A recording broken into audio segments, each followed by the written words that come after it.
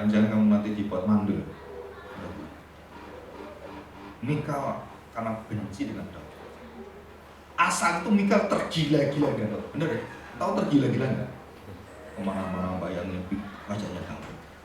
Masuk ke WC wajahnya Daud. Masuk kamar tidur wajahnya Daud. Kan gitu kan? Sampai udah posternya tahu sana. Posternya siapa? Kan anak-anak muda gitu kan? Posternya ini ditaruh di sini. Aku ganteng, aku ini cantik kan? Semua di mana pikirannya mau seperti itu. Nah itu tergila-gila. Tapi begitu tidak sampai yang tergila-gilanya, gila bener dia. Benci dengan Daud setengah hidup setengah mati. Dan bagaimana Daud bisa menjadi seorang suami? Saya nggak tahu. Jadi Daud itu merana sekali. Maka dia begitu melihat Batsyeba langsung jatuh. Karena ada kekosongan jiwa dia dan ditembak oleh iblis. Saudara, kepemimpinan tidak semudah yang kita pikirkan. Terus kita ngomong, oh Daud berarti nggak bahagia Pak, Daud berarti tidak rukun Pak. No, keluarga Daud di dalam kuasa gracious love of God, rukun. Bukan kita pandang, tapi Tuhan pandang. Nah ini beda. Jadi kalau ada keluarga hancur, gini keluarga Kristen gitu ya, saudara jangan mengadili dengan perbuatan kehancuran ini. No, saudara tidak mampu melihat apa yang Tuhan lihat. Nah sekali lagi, kerukunan bukan apa yang terdapat perbuatan-perbuatan itu, bukan. Tapi bagaimana Daud mempunyai hati dari Tuhan. Waktu Absalom mati, dia punya kasih yang begitu dalam. Dia tidak pernah memuji Absalom. Absalom memuji dia seumur hidup dan benci dengan papanya. Tapi Daud tidak pernah mempunyai tidak rukun dengan anaknya. Jadi yang berdosa siapa? Bukan Daud, tapi anak. Saya percaya, jadi orang tua, anak itu musuh kita. Kita nggak mungkin musuh anak kita seperti anak musuh kita. Saya ingin dengar anak-anak semua itu, supaya kita belajar. Nanti kalau kamu jadi orang tua baru kamu tahu, oh berarti dulu mama saya kayak gini juga. Orang melahirin, aduh ma sakit ma, oh sakit ma. Lo pikir makmu nggak kayak gitu? Enak aja kamu. Rasain, aduh kok kamu tega ini sakit. Memang orang hamil gitu, mau kawin nggak mau hamil gimana? Ya orang kalau hamil nanti melahirkan ya sakit gitu kayak mau mati ya betul. Emakmu udah 7 kali loh, kamu baru sekali. Emakmu 7 kali tau gak? Kamu udah teriak-teriak, aduh udah kamu gak punya anak lagi, operasi aja. Operasi lebih susah.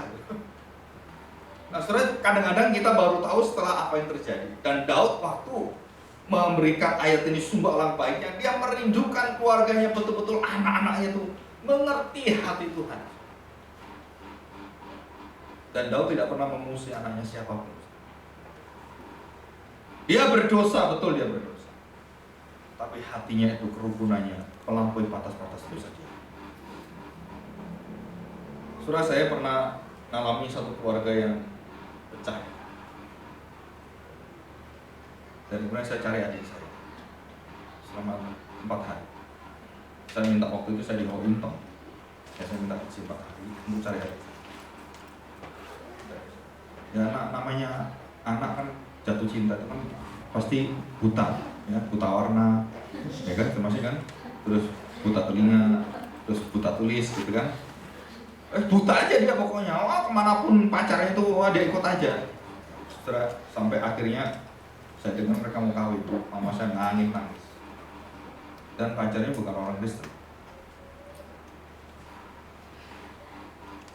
Kakak saya cari begini pernah ketemu, diusir malah kakak saya, pokok saya diusir sudah. Akhirnya saking marahnya, udah kamu menentukan dirimu sendiri, ya udah silakan. Nah, saudara saya beritahu mereka, saudara saya nggak bisa, dia terikat dengan sepersaudara dengan kita. Seberdosanya apapun dia tetap saudara saya. Saya nggak mau. Kakak saya. Istilahnya orang Chinese katakan bawa, udah kepala mau katakan apa udah tidak penting gitu, udah biar dia lantar dengan cara itu. Sudah 3 hari saat itu. Dan waktu saya dengan istri saya, bekas pacar saya keliling-keliling naik motor, pinjam lagi motornya gitu kan. Saya masih ingat bahwa dia itu senang ke pantai, senang gitu, cari di pantai. Nggak taunya setelah lewat berapa kali saya putar-putar sana, wah pokoknya seharian mulai dari jam sore itu sampai malam sampai kelaparan makan di jalan gitu kan, saya cari-cari pasti harus ketemu. Akhirnya mentok, nyerah saya. Aduh, saya harus naik kereta jam 9. Ya jam 8 gitu. Tapi istri saya mungkin masih ada waktu 10 menit, coba putar sekali. Nggak usah. Dia paksain tuh, coba putar lagi sekali ya, putar aja sekali. Mungkin kita sambil jalan aja pulang. Dan saya turun, saya lewat, terus tiba-tiba adik saya itu kalau masak, bantu masak mama saya itu senang mainan sodil, tek gitu kan. Nah karena kebiasaan dari waktu remaja itu, terus saya waktu lewat itu dari jauh nggak tahu gimana, telinga saya dikasih pasar kudus gitu kan, terus dengan tek, loh ini kayak masa kecil itu, apakah itu? Saya balik lagi muter, karena ini satu arah kan muter gitu, balik sudah saya lihat badannya kurus kering, aduh, anaknya orang kaya dan orang miskin jualan di jalan, jualan tahu goreng. Dan dia mau hidup dengan pacarnya, mau sehidup semati katanya. Akhirnya mati juga nih. Dan waktu saya lihat, saya berhenti, wah dia. Kamu kemana aja, tak cari-cari gitu. Semua sudah mencari kamu. Terus saya berhenti. Saudara, jika tidak ada peristiwa itu, saya bersaksi, jika tidak ada Tuhan kasih koko saya datang, saya mungkin sudah nggak akan jadi. Tapi siapa orang yang berani bertarung dengan kerukunan dan korban hidupnya untuk menjangkau saudara? Nah, peristiwa yang kedua, saudara, karena perdagangan, kemudian keluarga saya itu ya saling nanam saham lah gitu kan, terus mertua saya juga nanam saham di perusahaan toko saya, bangkrut saudara, karena dia ditipu orang banyak, sampai kemudian 3 komisarisnya melarikan diri ke China, dan itu ratusan miliar, terus dibagi toko saya dapat sekitar hampir harus bayar 12 miliar. Nah termasuk dia nggak bisa mengembalikan uang yang ada mertua saya, berapa ratus juta. Nah saudara, terus saya berberitahu istri saya, kalau itu sampai nggak kebayar, kita berdoa. Maksudmu apa? Kita berdoa, kita yang bayar. Gila kamu, yang utang kokomu kenapa kamu bayar? Sampai hari ini saya bayar, dan kurang 2 tahun. Mama saya masuk Kristen karena saya berkorban untuk mertua. Saudara, kasih yang begitu dalam melampaui dari segala dosa kita, segala hutang kita. Kamu bisa tanam di sana. Dan itu menyakitkan, dan bahkan keluarga saya banyak dirugikan. Tetapi saudara tahu, Tuhan tidak pernah membuat saya itu satu hari tanpa piring kosong. Nah Daud merasakan itu. Dia mencari Mephiboset, dia mencari anak turunan Saul yang menjadi musuh dia. Dia kasih dia. Saya tanya, Mephiboset itu apanya Daud? Kalau Mikal adalah istri Daud, Mephiboset apanya Daud? Masih saudara tuh. Sudah banyak orang baca Alkitab nggak ngerti itu semua. Tapi begitu dia bisa melakukan itu dan dia bisa berikan itu, saya lihat di Alkitab, wah Daud ini hatinya luar biasa, penuh dengan kedamaian dan kerukunan. Tapi bagaimana kita bisa melakukan itu? Sudah itu kalau kita bertemu dengan Kristus, nggak ada sesuatu yang bisa kita lepaskan. Tuhan. Dan tidak ada yang bisa kita tahan kalau Tuhan minta. Rugi nggak? Rugi. Keluarga begini, iya. Tetapi kasih Allah itu menjamin kita. Ya, oke kita lanjutkan. Sudah. Ayat yang kedua. Nah, ini ayat kedua ini ayat yang ritual sebenarnya, tapi bukan ritual biasa. Seperti minyak yang baik di atas kepala meleleh ke janggut dan meleleh ke janggut Harun dan ke leher jubahnya, terus ke leher jubahnya. Saudara perhatikan, minyak melambangkan satu kekuatan penyertaan Tuhan yang dilambangkan dengan kuasa Roh Kudus. Nah, kalau air itu adalah firman gitu ya, kalau minyak itu kuasa Roh Kudus yang membawa seluruh berkat dan buah limpah. Karena Roh Kudus ada buah Roh Kudus kan. Nah, itu akan mengalir dari mulai awal penyertaan Tuhan, pengurapan sampai ke ujung jubahnya mengalir turun. Jadi artinya apa? Bahwa seluruh hidup orang-orang yang diberkati Tuhan itu, dari ujung rambut sampai ujung kaki, itu Tuhan pelihara. Rambutmu rontok satu pun Tuhan itu. Berapa putih rambutmu Tuhan tahu. Betapa dalam kesalahan-kesalahan Tuhan tahu semua. Maka di sana dikatakan bahwa ke janggut, terus kemudian jubah, lehernya turun. Sudah kasih melambangkan apa? Satu kekuatan yang indah di hadapan Tuhan, bahwa jika engkau tidak diikat, di dalam Kolose pasal 3 dikatakan begini, jika tanpa kasih nggak ada yang mengikat kita, kita akan saling menonjolkan satu sama lain, kita akan saling menghina satu sama lain. Tapi karena kasih engkau diikat, dan kasih itulah pengikat dari seluruh hidup orang percaya, apalagi hidup keluarga Kristen. Kasih ini begitu indah sekali. Saudara, kalau ada kasih itu menutupi dosa. Jadi kalau kita berbuat sesuatu kepada orang-orang yang berdosa, saudara merasakan memikul salib bersama dengan Tuhan.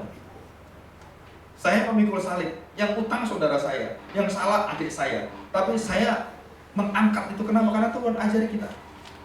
Apalagi itu istri kita, suami kita, apalagi itu orang tua kita. Terus saya berkomitmen, atau saudara kalau bekerja nanti saya ingat, kemarin ada seorang di gereja saya, dan saya mengajar jemaat untuk memberikan persembahan sulung. Persembahan seumur hidup satu kali, atau untuk satu pekerjaan satu kali. Jadi kalau kita punya bisnis ini, benar-benar satu kali. Mau berkali-kali silakan, biasanya satu kali. Yang terbaik hasil pertama. Nah, yang terbaik. Kalau susu sapi itu susu yang pertama, yang terbaik. Ya. Orang tua susu terbaik sulung itu adalah waktu dia punya anak dan dia memberikan susu yang terbaik kepada anaknya pada waktu pertama menyusui itu kan. Itu namanya susu yang terbaik gitu ya. Nah, nanti kalau dia punya anak lagi, ya susu terbaik yang diberikan lagi. Jadi begitu. Nah, setelah waktu saya memberikan persembahan itu, terus kemudian mamanya itu dengan anak ini, dia punya 2 anak, ya kan?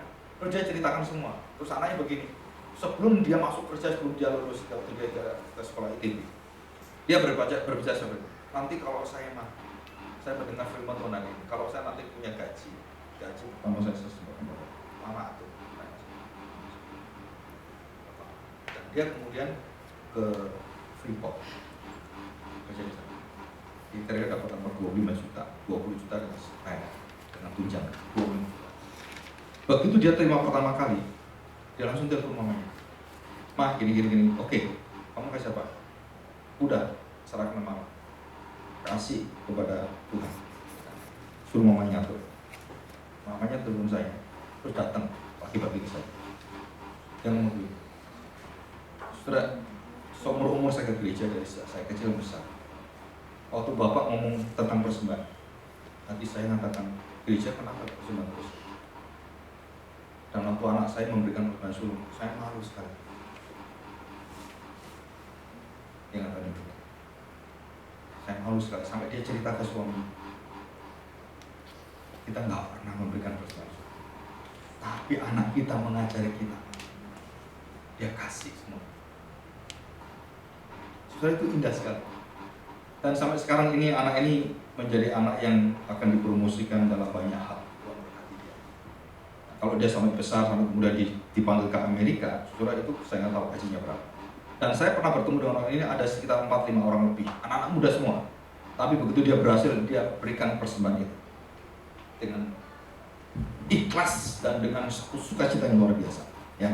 Nah, saudara, dikatakan bahwa minyak, nanti kalau sudah baca di warta itu ada saya berikan banyak gitu ya tentang minyak itu. Bahwa minyak itu, saudara kalau tahu, kalau orang itu diberi minyak itu untuk apa tujuannya?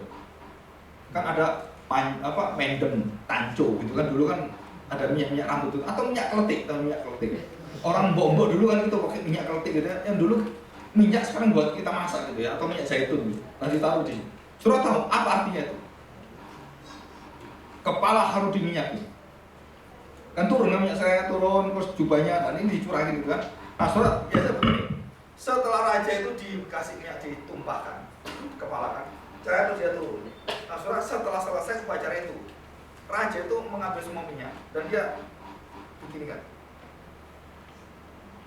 sampai dia itu kelimis semua dan keluar kris itu apa itu kayak muk gitu ya, yang gila-gila. Nah, saudara, artinya apa?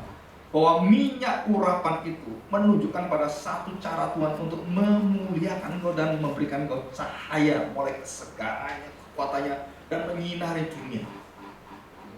Keluarga yang diam, rukun, damai, itu keluarga yang akan memenangkan dunia, yang akan mengagumkan dengan segala kemegahan, dengan kesemarakan itu.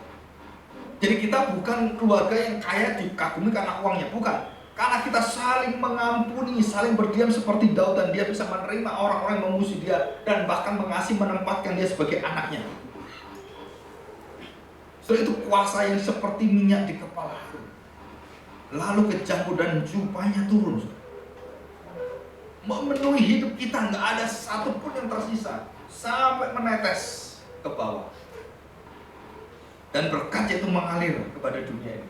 Nah, ini kuasanya dari minyak Harun, kemudian turun ke janggut, jubahnya turun, terus apa yang terjadi? Nah, saudara, kita lihat ayat ketiga. Seperti embun di gunung Hermon yang turun ke atas gunung-gunung Sion. Saudara, kalau saudara tahu, Hermon dan Sion itu sebenarnya tinggi Sion. Loh, kok bisa turun, loh kok naik gitu kan? Gunung Hermon, terus gunung Sion. Sion itu kan tinggi, artinya surga kan? Betul ya? Nah, saudara perhatikan baik-baik ya. Seperti embun gunung Hermon yang turun ke atas gunung-gunung Sion. Harusnya embun salah turun kan? Karena surga di atas, kok bisa embun di sini ke surga di atas. Jadi embun, nah dia menguap kan ke surga ke sana. Kan gitu. Tapi itu kan bukan pengetahuan ilmiah yang normal gitu. Nah, saudara perhatikan. Seperti embun gunung Hermon turun ke atas gunung-gunung Sion. Setelah itu satu arti begini.